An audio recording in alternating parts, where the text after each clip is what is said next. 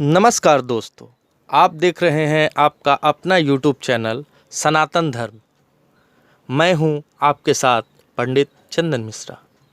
मेरे प्रिय दर्शकों, आज हम एक बहुत ही महत्वपूर्ण बिंदु पर चर्चा करेंगे, जिसके बारे में आप लोग भी भली भांति परिचित होंगे, और जो लोग इसके बारे में नहीं जानते हैं आज वह अच्छी तरह से इसके बारे में जान जाएंगे।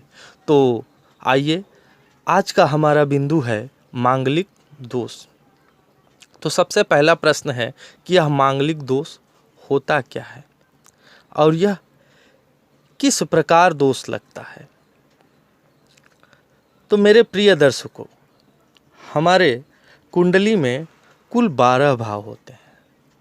12 भाव में से 5 भावों में यदि मंगल बैठा हो तो मांगलिक दोष लगता है। ये 5 भाव कौन कौन से हैं? यह 5 भाव हैं प्रथम, चतुर्थ, सप्तम, अष्टम, द्वादश। यदि इन भावों में मंगल बैठा हो तो वह मांगलिक होता है, चाहे वह जिस भी जातक की कुंडली हो। अब यहाँ एक और प्रश्न निकल कर आता है जो सभी लोगों को परेशान किए रहता है कि एक मांगलिक है और दूसरा मांगलिक नहीं है, अर्थात वर मांगलिक है और कन्या मांगलिक नहीं है, तो क्या दोनों का विवाह करना उचित होगा? यदि दोनों का विवाह कर दिया जाए तो उसके क्या परिणाम होंगे? तो मित्रों, आइए इस पर हम लोग विस्तार से चर्चा करें। यदि किसी भी जातक के लग्न में अर्थात प्रथम भाव में मंगल बैठा हो तो वह जातक क्रूर स्वभाव वाला होता है, वह झगड़ालू होता है, क्रोधी होता है, उसको थोड़े थोड़े बातों पर गुस्सा आ जाता है। इसकी वजह से वह जातक अपने जीवन में सुखों को नहीं भोग पाता है, क्योंकि सुखों को भोगने के लिए मनुष्य को बहुत ही नम्र स्वभाव का होना चाहिए और मृदुभाषी होना चाहिए, तभी वह सुखों को भोग सकता है। ऐसे लोगों को विवाह के पश्चात व्यापार में हानि उठानी पड़ती है। उसके बाद देखिए, ये प्रथम भाव में जो मंगल बैठा है यह चौथी दृष्टि से चतुर्थ भाव को देखता है, और चतुर्थ भाव होता है माता का स्थान। तो माता का स्थान, भूमि का स्थान, वाहन का स्थान, तो चौथे भाव में उसकी दृष्टि पड़ने की वजह से भूमि वाहन में भी उसके जीवन में समस्याएं आती है, अर्थात भूमि का सुख, वाहन का सुख, माता का सुख वह नहीं भोग पाता है। साथ ही साथ माता का स्वास्थ्य भी उसका सही नहीं रहता है। फिर सातवीं दृष्टि से वह पत्नी के स्थान को देखता है। यदि किसी पुरुष की कुंडली हो तो पत्नी के स्थान को देखेगा, और किसी महिला की कुंडली हो, कन्या की कुंडली हो, तो वह पति के स्थान को देखेगा। तो सातवां घर जो होता है वह पति और पत्नी का स्थान होता है। तो मेरे प्रिय दर्शकों, अब सातवें घर में मंगल का दृष्टि पड़ने के कारण पति पत्नी में कलह रहता है, दोनों में आपसी प्रेम नहीं रहता है।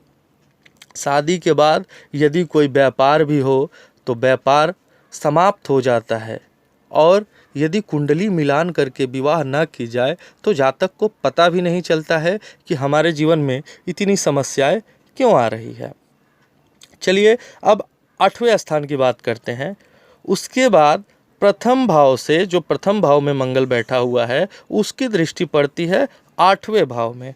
8वां जो भाव होता है यह भाव आयु, पति पत्नी से सुख, इसका भाव होता है। अब देखिए, आयु, तो 8वें भाव में यदि मंगल बैठा हुआ है तो कहीं ना कहीं उसके आयु के ऊपर भी उसका प्रभाव पड़ता है। हालांकि यह पूर्ण रूप से सत्य नहीं है, फिर भी बहुत जातकों के ऊपर यह देखा गया है कि उसके आयु के ऊपर भी इसका प्रभाव पड़ता है।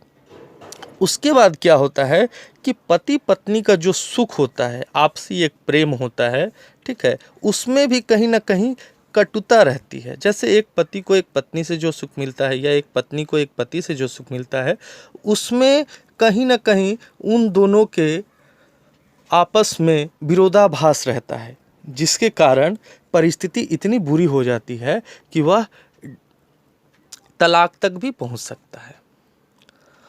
तो ये थे यदि मंगल प्रथम भाव में बैठे हो तो उसके प्रभाव। अब आइए अब बात करते हैं यदि मंगल चतुर्थ भाव में बैठा हो तो उसका प्रभाव क्या होगा। मेरे प्रिय दर्शकों, चतुर्थ भाव जो है यह माता, मकान, भूमि, वाहन, मित्र का स्थान होता है। तो इसमें यदि मंगल बैठा हो तो माता का स्वास्थ्य बिल्कुल अच्छा नहीं रहता है। माता के साथ में जातक का व्यवहार बिल्कुल अच्छा नहीं रहता है, मतलब माता से बनती ही नहीं है। ठीक है, माता से एक कटुता वाला भाव रहता है। उसके बाद कभी कभी आप लोग देखिएगा कि कुछ लोग बहुत सुंदर मकान बनाते हैं, बहुत सुंदर मकान बनाने के बाद विवाह करते हैं, लेकिन किसी कारणवश वह उस मकान में जा नहीं पाते हैं या विवाह के बाद उस मकान को मजबूरी में बेचना पड़ता है। वाहन मतलब जो गाड़ी होता है, यदि कोई गाड़ी हो, ठीक है, तो वो गाड़ी को भी बेचना पड़ता है। मित्रों के ऊपर भी इसका बहुत ही बुरा प्रभाव पड़ता है। जो बहुत अच्छे मित्र हो उनके साथ में भी दुश्मनी हो जाती है, शत्रुता हो जाती है। उसके बाद माता का विशेष करके प्रभाव पड़ता है। अब देखिए दोस्तों, एक साधारण सी बात है, जो माँ को सुख न दे सके वो पत्नी को क्या सुख देगा। इस दुनिया में माँ को ईश्वर के रूप में माना जाता है। माँ के कदमों में स्वर्ग मिलता है, लेकिन जिसके चतुर्थ भाव में मंगल हो उसका माँ के साथ में हमेशा ही अनबन रहता है। माँ के विचारों से उसका विचार नहीं मिलता है। ऐसा भी देखा गया है कभी कभी कि माँ की मृत्यु भी जल्द हो जाती है।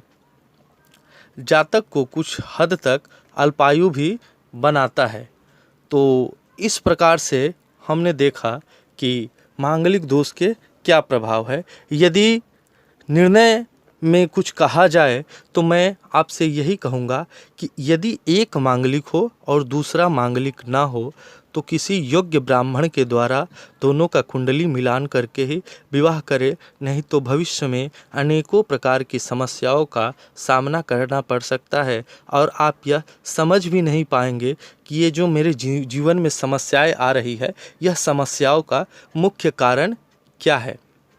तो मेरे प्यारे दर्शकों, आज मैंने मांगलिक दोष के ऊपर चर्चा किया। इसमें अभी भी कुछ बिंदु रह जा रही है। वीडियो बड़ा हो जाने के कारण मैं उन बिंदुओं पर चर्चा नहीं कर रहा हूं।